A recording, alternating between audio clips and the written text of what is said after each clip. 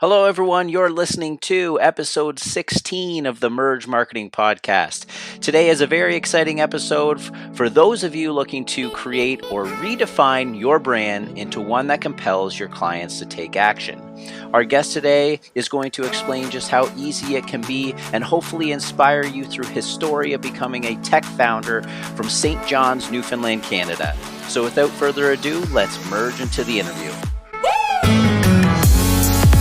You're listening to the Merged Marketing Podcast with David Louch and Jason Hunt. This is a show all about unlocking the marketing tactics and secrets behind everyday brands. Each week, we'll bring you expert commentary so that you can make better choices when it comes to growing your business. Thank you for spending time with us. Now let the show begin. Hello, everyone. Thank you and welcome to the Merge Marketing Podcast. Our guest today is Joe Teo, the CEO, that's Chief Executive Orca at Hey Orca, a social media approval and publishing platform that's built for marketing agencies. Since raising a combined total of $2.65 million, Hey Orca has gained rapid traction and helped power the social media production of over 400 agencies in the world. Joe and the team at Hey Orca are on a mission to help marketing agencies take back their day. Joe, welcome to our show.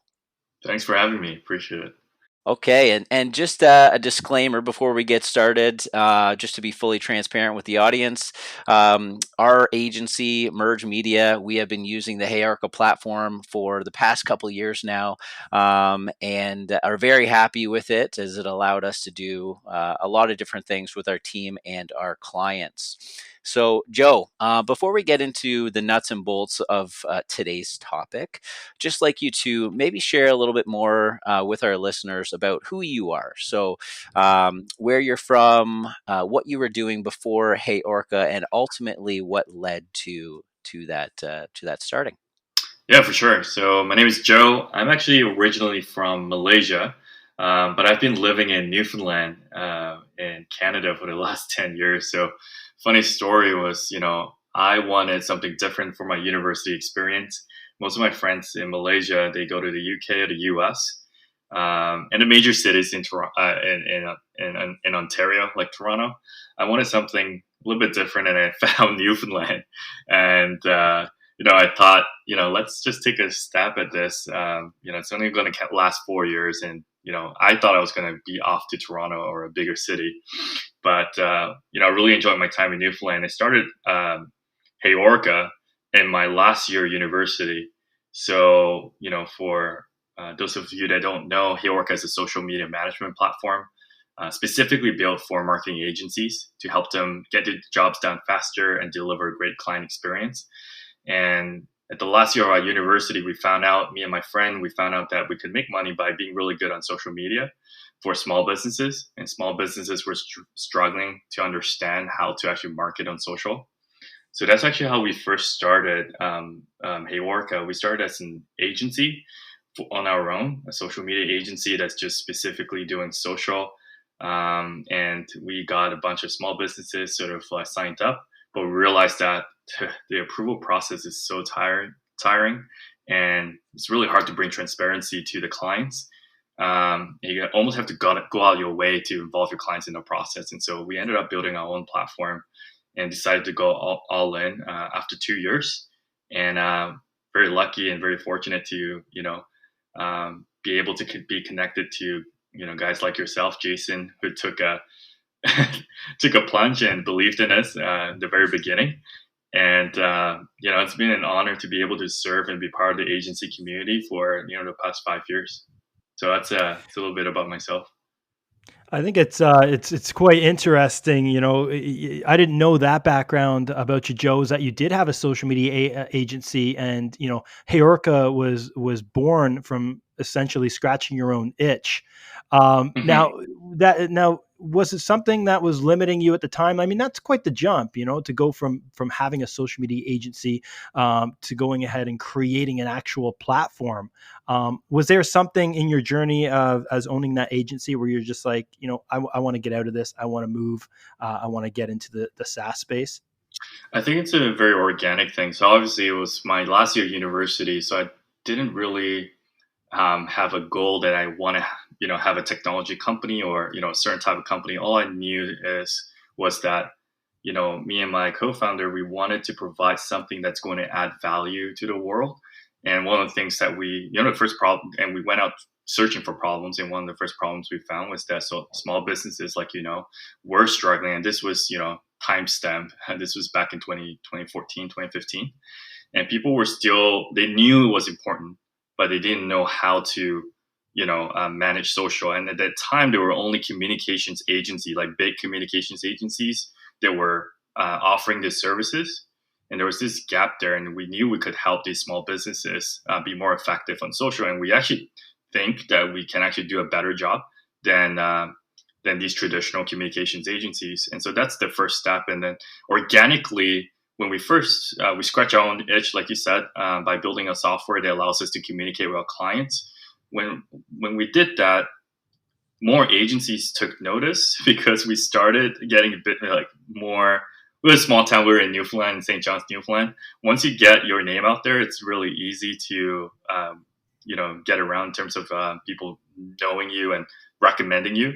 And I think like other agencies took note and asked us if they could use the software. We actually thought they were gonna want to hire us to manage social for their clients, but they actually said no, we want to retain our clients on social media, but we would like to use a software that allows us to have transparency to our clients. And at that time, it was, if you remember, at that time it was only Hootsuite, Buffer, Sprout, the legacy people, and they weren't built for the agency use case. And we just found that there's so many agencies that's growing, but there's no solution that's agency first. Every solution out there is brand first, agency second, and we really wanted to build something that we personally felt the pain of. So that's sort of like how it transitioned. And yeah, we asked ourselves, do we want to go full on in a SaaS business? And again, it goes back to like, we think we want to provide value to the world, and we think that we could do that better and leave a bigger footprint if we go full on tech. So that's sort of like this story. It's a little bit organic. It's definitely not planned. What's it like having a business in St. John's, Newfoundland? Because I think it's, I think as running a social media agency myself, I feel I would be so limited because, it gets to a point where everybody knows each other. The players that are in the game. And as you know, in social media, a lot of small local businesses want to work with somebody local. It's I can try to prospect businesses down in Austin, Texas, but the person that's just down the street from them, or the agency that's down the street, has a better chance at landing that business than I would, regardless. You would think. Yeah. How do you find business, working out of Newfoundland? Yeah, so I think that's actually a good point. So I think like it depends on like which industry or what kind of business you're in. So I think fundamentally as an agency, we are in a business of relationship. And the reason why the local businesses will want someone local is because it's all about relationships, it's all about trust. It's really hard to build trust, online, unless the person's super comfortable, having, outsourcing their work from before. So I think when we were a service-based business, when we were an agency, 100%,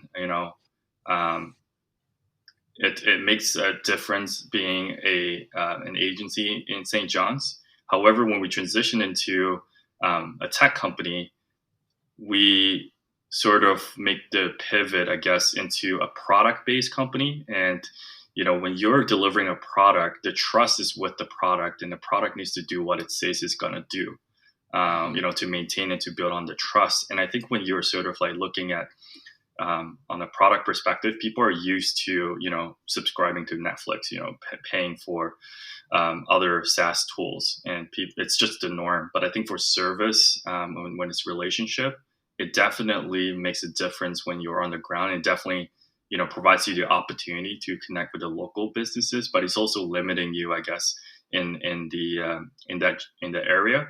But I do think things are changing. I think things, especially with COVID, 19, happening and fast forwarding the digital transformation, as they say, I think people are more and more going to be more open to having to do business online. So I do think that we're going to see a change. But for now, I do see that most small businesses are still more comfortable engaging people locally. Yeah, and I mean, for me personally, I think that's kind of where my mind went as well. Like from an agency perspective, when we're marketing for other companies and that sort of thing, it makes sense that you'd want to build a relationship with a local agency. Hmm. But from a product-based business or a SaaS-based business like Hey Orca is now, I don't think it really matters where you are in the world. Although it was funny because when we first looked into Heorka, we were both pretty shocked that a tech company like yourself was located in St. John's, Newfoundland. But Yeah, yeah, no, exactly. So I think like at the end of the day, and most people are shocked because they actually think that we're from New York or at least Toronto. yeah, yeah, But I think when you are a product based business, it's different. But I think um, when just speaking from a tech perspective, when I guess like when someone provides that advice saying that it doesn't matter where you are in the world, and say that you can sell anywhere, technically it's true. But when you're in a relationship based business, your location and understanding of your nuances of the local community matters. hmm um, and I do think that when you're engaging an agency, you're not just engaging someone to produce things, right? You're engaging the person's like mindset, the person's care, and the person's like understanding of the local area, especially for hmm a small business. And I think like that makes a difference. That's one of the biggest things, and like when you outsource certain tasks to people outside of the country in terms of social media, it becomes challenging because you might be able to fulfill the service or by somebody posting. Somebody can easily post from anywhere in the world and write a certain copy, but they're going to lack that certain connection that they're going to have to that person actually reading that piece of content. There's something to be said for that, like especially if you're promoting for a local business or a local restaurant. You need to understand the pain points that the people in that community are experiencing at that given time, because the best converting ads in our experience are the ones where you can marry that message up as closely as possible to the person reading it or seeing it, and you're going to get the best results that way. Yeah, 100%. hmm Perfect. Okay. Well, Joe, thanks a lot for sharing your background, a little bit about yourself, and ultimately how you came to start Hey Orca. That's really great context for our audience. And so now, what I'm looking to do is move into the meat and potatoes of the show, and that's really focusing on the two topics today. So, nurturing clients into brand advocates, and how to build a successful online community. And I think these two topics were obviously extremely important before COVID-19, but I think more than ever, something that Jason has said a lot recently is that it's very difficult to sell right now. People Mhm. want to continue doing business with people that they already have relationships with, and I think that these two topics kind of hit on that point. So if you don't mind, let's start with nurturing clients into to brand advocates. What's your process there? What are your thoughts on that? Yeah, I think like a lot of people like like most people like we look for like this three steps process or this 10-step process of things to get to that that pinnacle. But I think like hmm it's really important to understand. I think one big takeaway that I took away from, I guess, my brief agency experience is that doing business is all about relationship.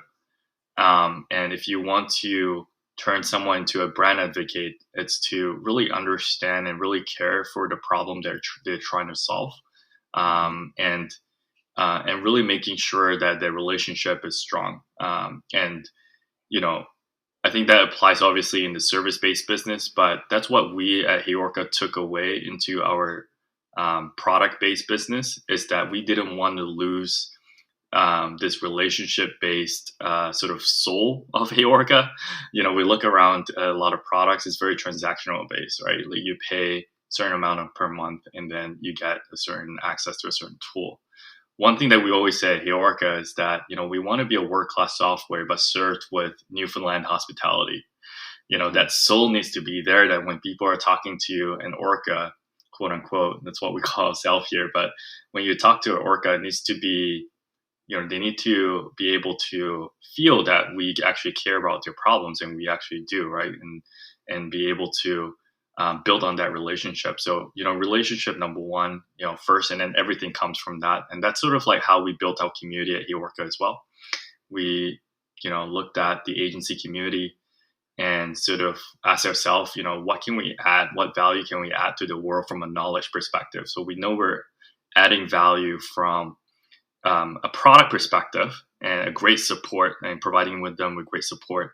But how can we actually add value from a knowledge perspective? And I think when you're actually the person's biggest cheerleader by caring about that relationship, naturally the person would be recommending you, because what you're ultimately doing is building trust, right? And solidifying that trust.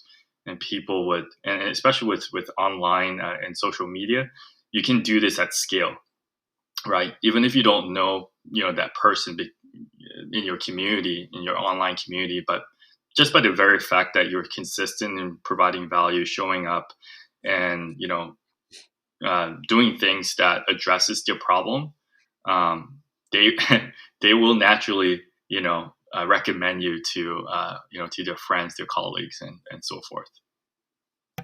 I think it's important to note that there's no better time than now. And you've already done the legwork, Joe, right? Like you've built up these communities of people over time where, we're talking about this while COVID-19, we're in full lockdown mode right now. Hmm. And essentially it's almost impossible to cold sell right now. It really is. Yeah. People are gravitating towards their existing communities. They're not looking to expand outside of that, generally speaking. And because you've already built up this foundation of relationships where you've been providing nonstop value to people, naturally you already have this massive community of people that you can just continue to penetrate with more value and build those relationships deeper and further than you ever have before. How are you taking advantage of that right now? Yeah, I think that's a good point. So just to talk about, I guess, like what we're going through right now in COVID-19, um, people are definitely, going back to the community that they trust. But the other side of things as well is also an opportunity for brands to start building new relationships by, providing advice, providing things that your specific community will find useful. Be of service and not of sales at this time. It is painful, but it is also an opportunity to build a long term relationship. So from a Heyorka perspective, we've been building our agency community or social media manager community for, I want to say this is year two in terms of like really going 110% on it. In terms of how we're able to leverage our community is to really understand, because we have such an engaged group of people in our Facebook group, we're able to understand what are their biggest concern, and be able to use that feedback to then build on content that will not only service them, but also service other agency owners that we haven't come in contact with yet. And so we just hosted this agency support series. It's a 4-week series in the month of April. We're having one this Thursday. So every week we're just tackling one of the items that people said were their top concern. And we've used our network and we reached out to agency coaches around the world to join us for half an hour to talk about some of the biggest problem that agencies are facing and social media managers are facing. So we turn it into sort of this flywheel where we're able to get feedback from the community, turn it into content, and through that, we're actually seeing people signing up for Heyorka because they've either been part of our community or because they've gone through the webinar and they're trying a tool that they can trust at this time. So that's sort of like what we're seeing, from a technology perspective.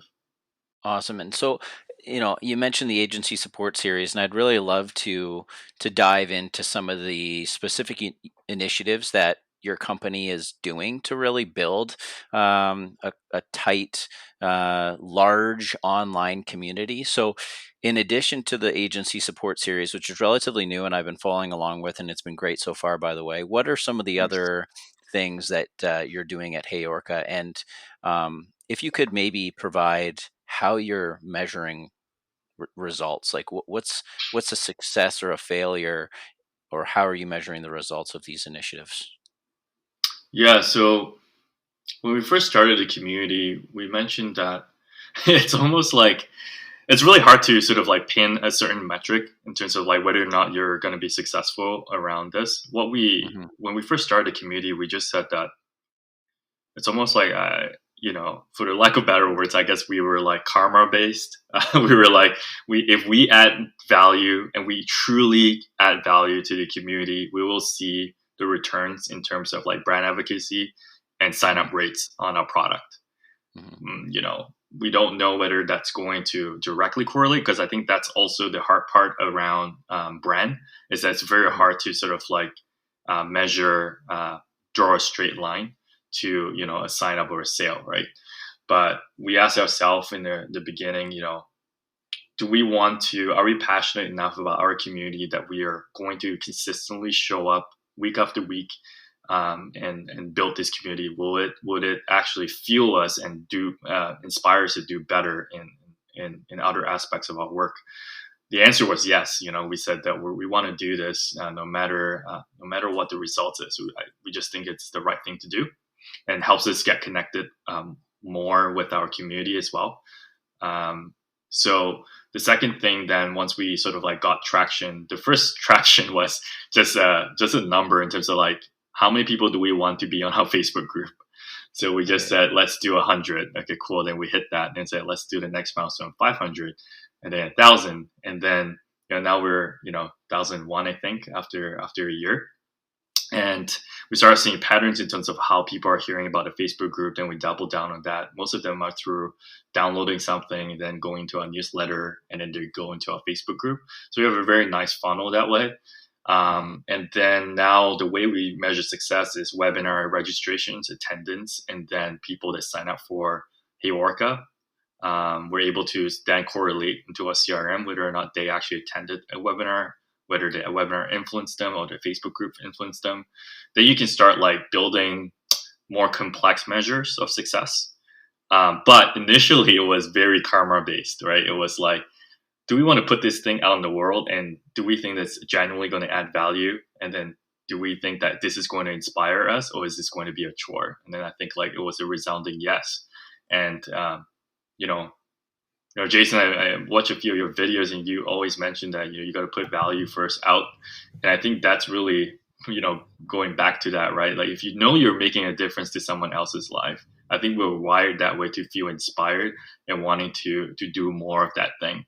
And I think like it's karma based, but I feel like you're going to reap the rewards. It's a long game though, but you're going to see the results at the end in the long term. Absolutely. It's actually it's funny. At first, it almost feels um, it feels forced, but it shouldn't. When I say Yeah. forced, I mean forced value. Naturally, it becomes natural over time, where you just naturally just giving value, and you don't even realize it. Over time, because initially it does feel a little weird. It's like, hold on a sec, I'm providing this value because eventually this person is going to become a client or become a lead or subscribe to my newsletter. So it does feel a little weird at first, but naturally over time, that's what it is. We have a videographer just recording things all the time in our Hmm. office, and we're sending her, video interviews that we have with people. Like this is probably going to be an episode of the Digital Hunter, or if it's not on the podcast, right, which it's going to be on the podcast. But you know what I mean? Like right now, this is strictly providing value to our audience and not thinking about the end game, because, like you said, Joe, it comes back to the karma, right? Yeah, can I make it very tactical in terms of like what people can do, I guess, based on our learnings? Mm. Yeah. So when you're thinking about building a community, there's no one channel to do it, right? There's no one right channel. Building a community is essentially building the relationship, which we talked about. But at the end of the day, you know, um, building trust, building is something that people can believe in and understand that they're part of this group of people. And what we found is that you can do that, and with keeping relationship in mind, building a community in mind, you can do that in a number of forms, right? Your newsletter can be a sense of community as well, where you're sort of like creating content for a specific group of people in mind. What we found as well, Facebook group is also a very, very good way to do it, because it's a closed community. And we found that people actually share more if you have a Facebook group that's private and people feel safe. It takes a while. From my experience, it takes 6 months of just posting and talking to yourself for people to start actually posting on their own. And that's when the magic happens, because your community almost like takes over the driving, the steering wheel, and starts driving the community. And you start seeing like community champions, and you try to amplify it by having either webinars or like rewards for people that actually help each other out. So that's another way. The third way that we found is actually using your social channels that's are public facing as well. So when you're actually building, some people do it really well. They use their own personality on LinkedIn, on Twitter, to actually build a following and community that's not in a closed environment, an open environment. But you do see people, getting this consistent engagement because they're part of that community. So when you think about building a community, there's no one right channel. You just got to find a channel that works for your audience and where they're comfortable hanging out or already hanging out. In our case, social media managers are already hanging out in a bunch of Facebook groups. And so it makes sense to just build on top of that habit versus trying to invite them to a Slack group. But if I were to build a community for like tech entrepreneurs, I would probably do a Slack group just because they're already on the Slack ecosystem, and adding a Slack channel is not a hard thing for them to do. So I think like you want to keep that in mind, and understand that at the end of the day, it's about building a sense of belonging, building trust, and the tactical things are sort of like choices that you need to make, keeping your audience in mind. And now a word from our sponsors. This week's episode is brought to you by FreshCrowd. FreshCrowd is a full-service social media agency in Canada that specializes in everything social, from management to community building and advertising. FreshCrowd can help your business attract a fresh crowd of people. Visit freshcrowd.com to find out more. Thank you for sharing that a little bit, Joe, because that's important for our listeners to note is there's more than one way for you to build community for your brand. Hey Orca has taken the route of doing a Facebook group, which is now starting to gain a lot of traction. But depending on your industry or depending on your comfortability, you could do that through a Slack channel or through a newsletter. All is ultimately doing the same thing. So a few things kind of came up in my mind while you were explaining, and I'm kind of curious about. First is, you've been doing this Facebook group for about a year now, and it's really starting to gain some traction. You're starting to get some webinar registrations, and that's ultimately leading into subscriptions for your platform. Are you still coupling this strategy with a more traditional sales strategy of maybe outbound calling or emailing, or what else do you have going on in the background? Yeah, 100%. So I think like it's kind of like life, right? There's no one right answer. When people say, how do you build a community? It's a little bit of everything. Or build a community or build a business. It's a little bit of everything. So while we have the community going, we still have our engine that is more like sales focused going as well. So we have like direct response ads that are still being run, still being targeting at people. But then the call to action is very, specific, which is sign up for an account, streamline your process, deliver better client experience. But those people are in a very different mindset, right? Versus like the people in the Facebook group. Now, when you have a community, it's very also very powerful from a nurturing perspective. So let's say if the person didn't become a customer, we would then invite them, or during the onboarding process, you actually get an invite to join our group, Life in Social, on Facebook. And what we are able to do then is make sure that we are able to constantly nurture them through our community.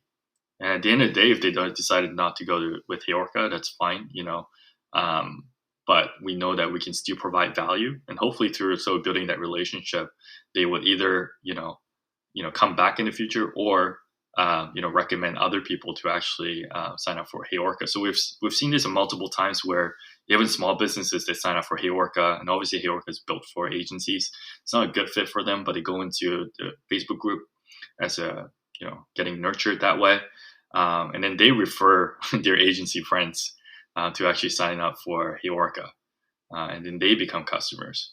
And so it becomes like this whole flywheel, and it was definitely not as clear when we first started this, and it took like a year to 2 years to figure this out. Um, and that's why it's so important to lead with passion. If you're passionate about delivering value to a specific group of people, um, you will eventually figure out how to actually combine the traditional approach with sort of this community approach as well. And I think it's sort of like both, right? That's what you got to do.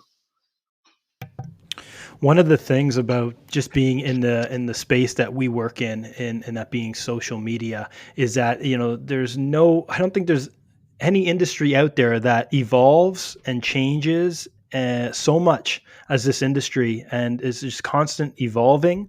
And if you don't evolve and you're somebody that's just posting content without any paid advertising, now you become a bit of a dinosaur real quick. Mm-hmm. So how is Heyorka coping with the everlasting changes in this industry? Yeah, that's a good question. And believe it or not, our community helps us a lot. So how we cope about it. So, one of the things that we try to do, and we're still trying to do a better job is trying to differentiate signal and noise. So whenever something like becomes very trendy in social media, it's very hard to understand whether or not this is for real or is this going to, die out after a couple of months, right? And one of the things that we leverage our community for is just we put a poll on our Facebook group asking them if this is something that they actually see themselves investing in the next couple of months. So let's just take TikTok, for example. What we found is that a lot of people have a lot of interest in TikTok, but it's not something that they're going to invest in the next, year or so.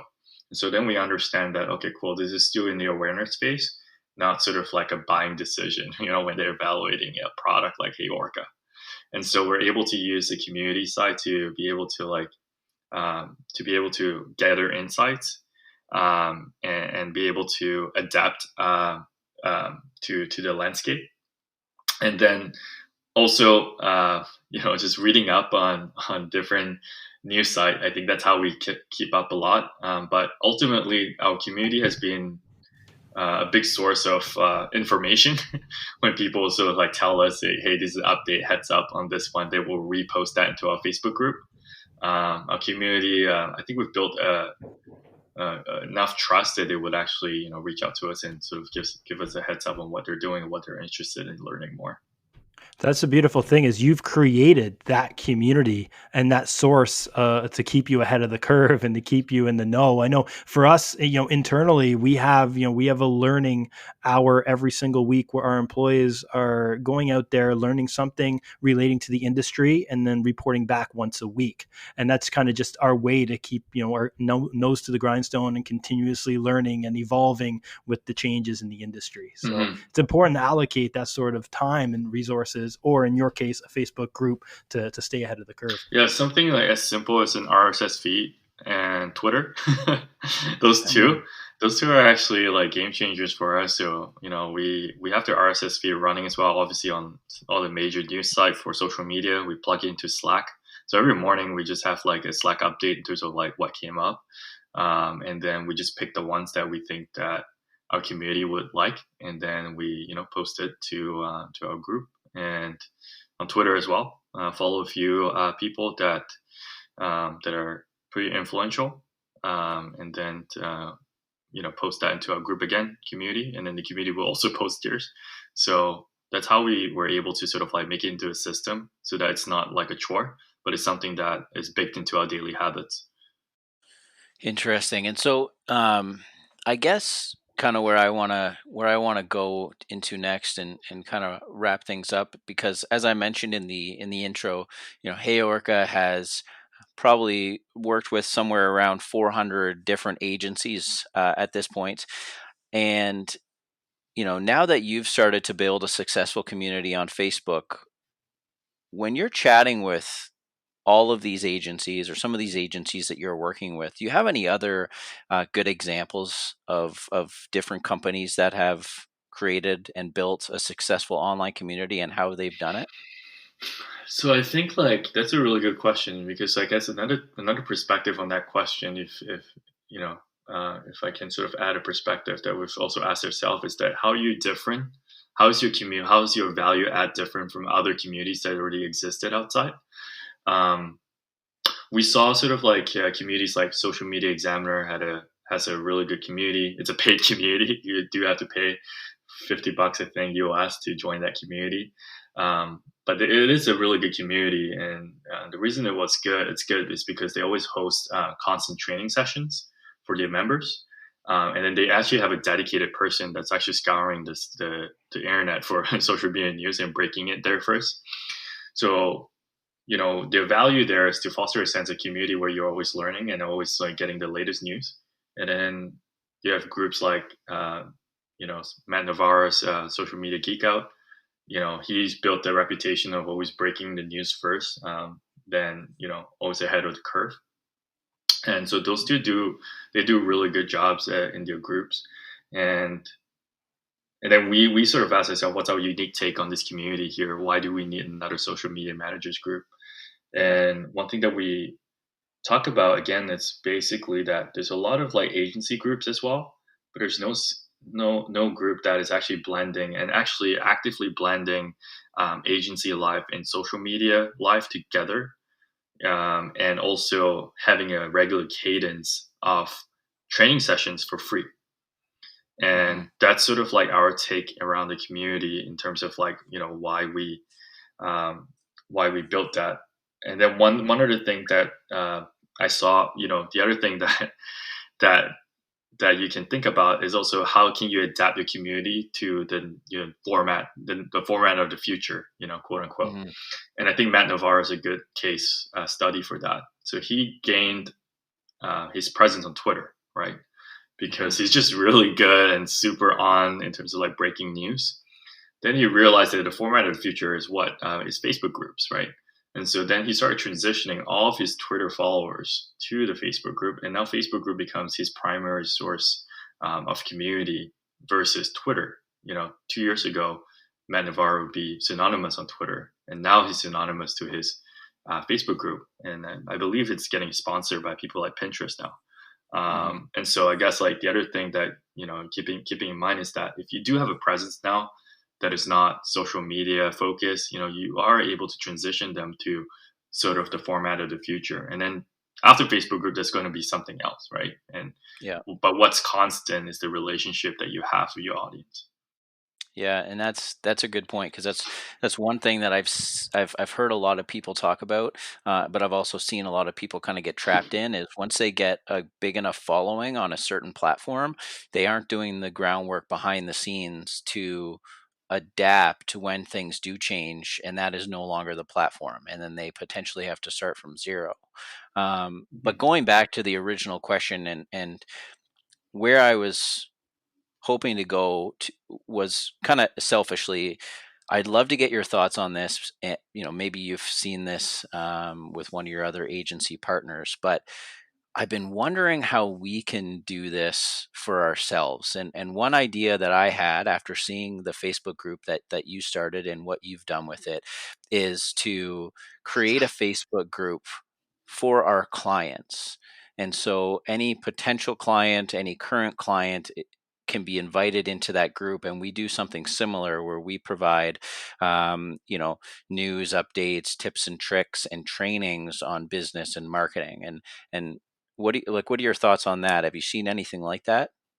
Yeah, no, for sure. So I think like the question that you have to ask yourself is whether or not do we want to have this Facebook group as a value add to our existing clients, or is this going to be a nurture group, right? Like adding Right. value so that these people sort of an extension of a funnel. And because the answer to that would determine very different types of content, different ways in terms of like how you approach your group, right? So assuming that if it's sort of like getting more leads and building authority in a certain topic, then I've seen there's a local agency here. Her name's Crystal Hobbs. She runs a social media agency called Reflective Marketing. She started a really great Facebook group, and especially a small community like St. John's. She started a very great Facebook group teaching small business owners sort of the tools of the trade, and how to run simple things like MailChimp campaigns, how to run Facebook ads on a low budget, and she hosts sort of like office hours once a week online, where people can actually attend.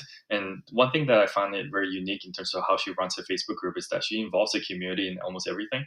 So from topic selection in terms of like what they want to learn about, to even the time. So I just saw a post that she put out, and she's like, "Hey, I'm going to host this session.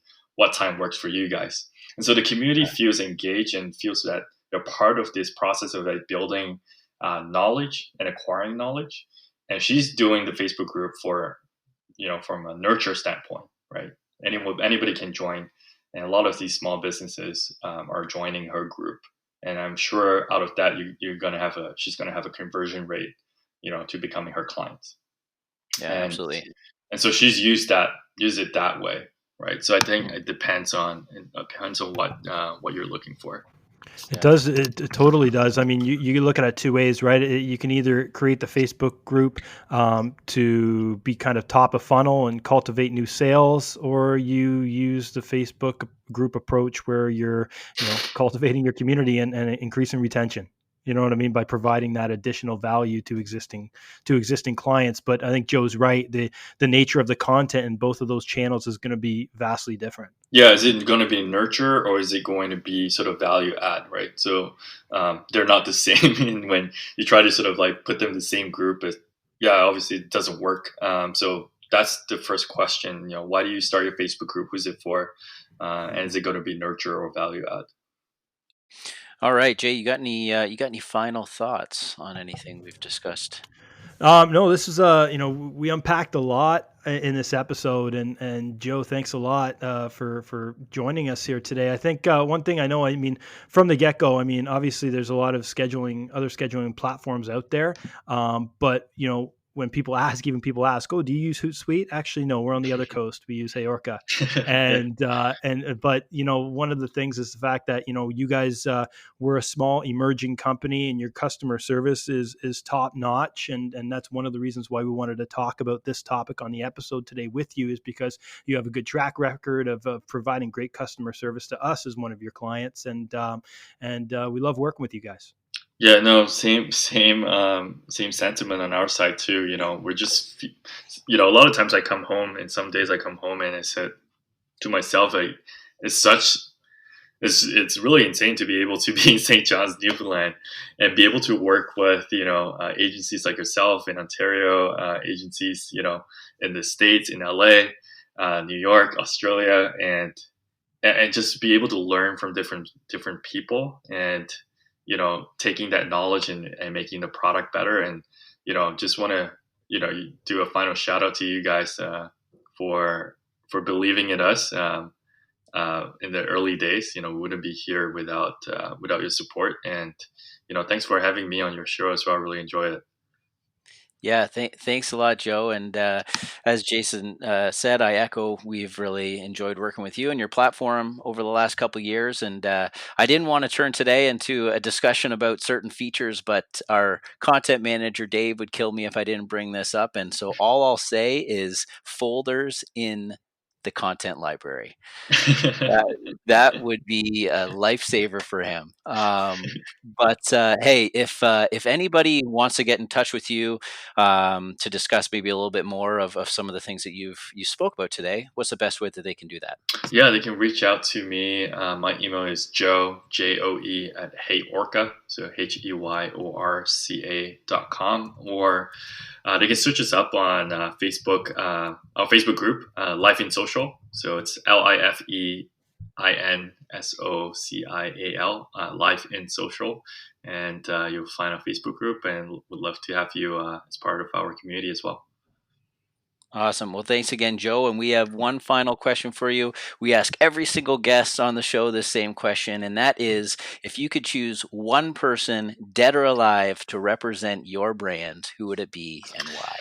One person to represent my brand. It definitely would be the killer whale, like the orca in Free Willy. Free Willy.